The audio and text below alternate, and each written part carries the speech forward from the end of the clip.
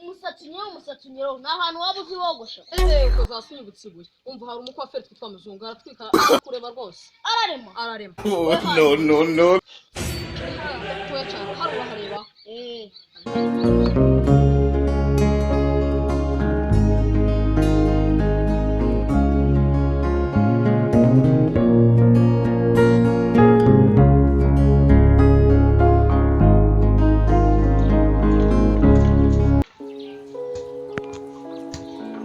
ukurikije uburyo ndenze mu n'uyu nguyu niwe wabigereranya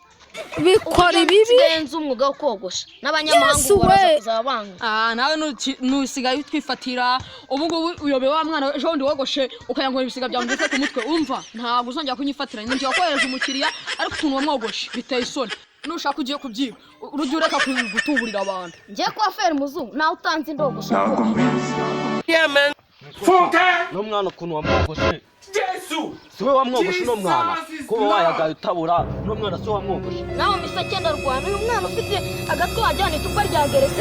n'imisaya wajyana amabuno y'ingurube uratemere so mwana kanigendera